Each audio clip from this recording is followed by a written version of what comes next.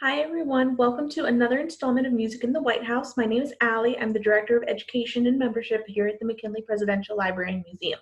Now, this is the third installment, so if you'd like to go back and watch the first two, you can go to our Facebook page and go back through our videos to the last two Tuesdays, and you'll find the first two installments of Music in the White House.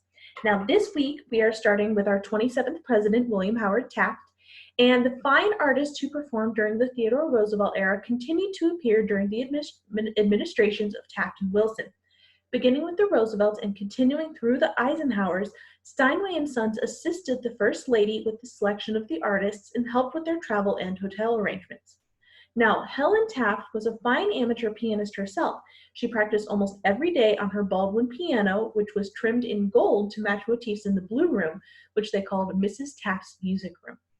Now, while Mrs. Taft preferred concert pianists, President Taft's taste in music ranged from Tin Pan Alley songs to arias such as this one from Puccini's La Boheme.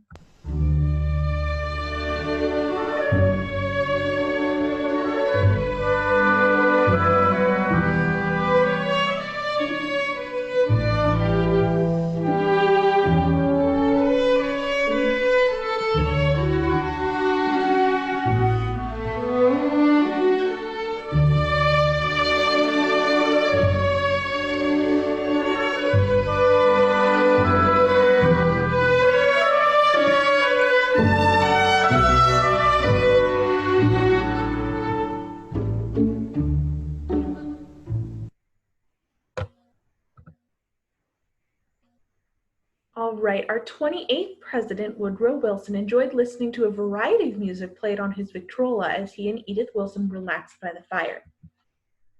And one of the landmark performances during the Wilson administration came on March 28th of 1916, when the Australian pianist and composer Percy Grainger played several of his compositions for Woodrow Wilson and his family.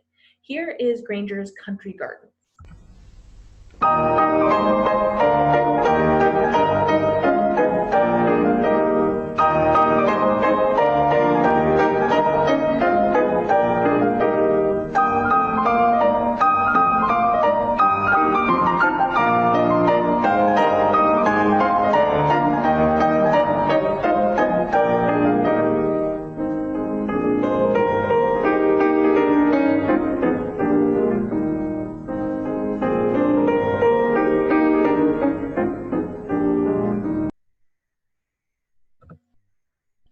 All right, so during the long administration of Franklin Roosevelt, more than 300 concerts were held in the White House. They included women's musical organizations, African American performers such as Todd Duncan and Marian Anderson, ballet and modern dance, and children's opera, including Hansel and Gretel. In 1938, Steinway and Sons replaced the 1903 concert grand from Teddy Roosevelt's era with a new 9'7" instrument still in use at the White House today, which you can see here. Now, as World War II raged on, White House entertaining diminished. One event stands out, though, titled A Program of American Songs for American Soldiers. It was presented by Burl Ives, Wade Maynor, and other folk spiritual and ballad singers in 1941. It was a conscientious effort to relate American traditional music to the armed services at a critical period in our nation's history. Now, after President Roosevelt's death in 1945, his vice president, Harry Truman, succeeded him. A passionate music lover who played Chopin, Mozart, and Bach, Truman had studied piano from age 8 to 16, and the love of music remained with him all his life.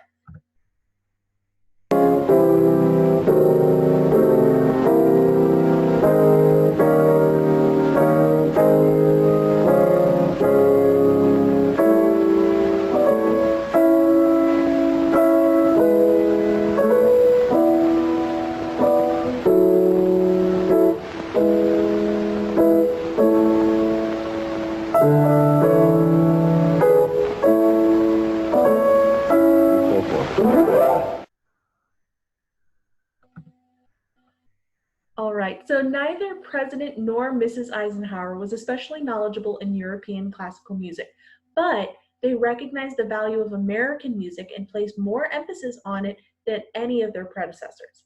They were also especially proud of the nation's military ensembles and brought to the White House choral and instrumental groups from the Army, Navy, and Air Force, as well as the United States Marine Band, of course.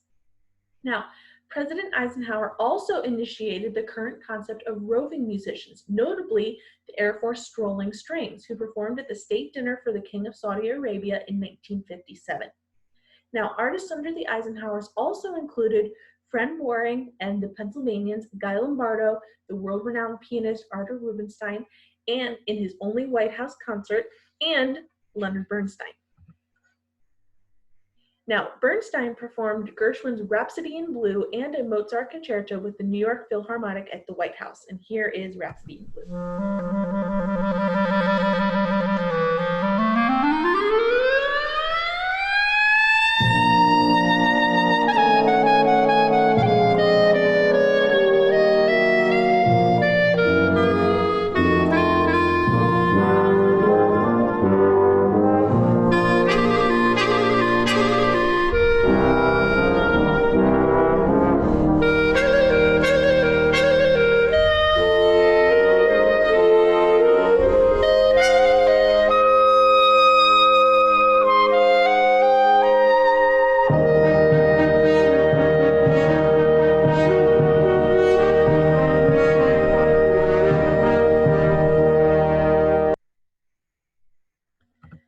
And the Eisenhowers were also the first to bring Broadway musical theater to the White House in an after-dinner program for Chief Justice Earl Warren in 1958. All right, so President and Mrs. Kennedy made the White House a true showcase for the performing arts. By inviting the media to the White House cultural events, they placed a spotlight on the White House and demonstrated that the executive mansion could indeed be an influence in encouraging public acceptance of the arts. Mrs. Kennedy wanted only the best. Therefore, America's finest performing arts organizations were featured: the Metropolitan Opera Studio, Jerome Robbins Ballet, American Ballet Theater, the American Shakespeare Festival, New York City Center Light Opera Company, and many others. Now, here you can see President John F. Kennedy and First Lady Jacqueline Kennedy speak with cellist Pablo Casals, who performed in the White House East Room on November 13, 1961. Now, you may recall from last week's video that cellist Pablo Casals had played for Theodore Roosevelt when he was 28 years old in 1904. Isn't that amazing?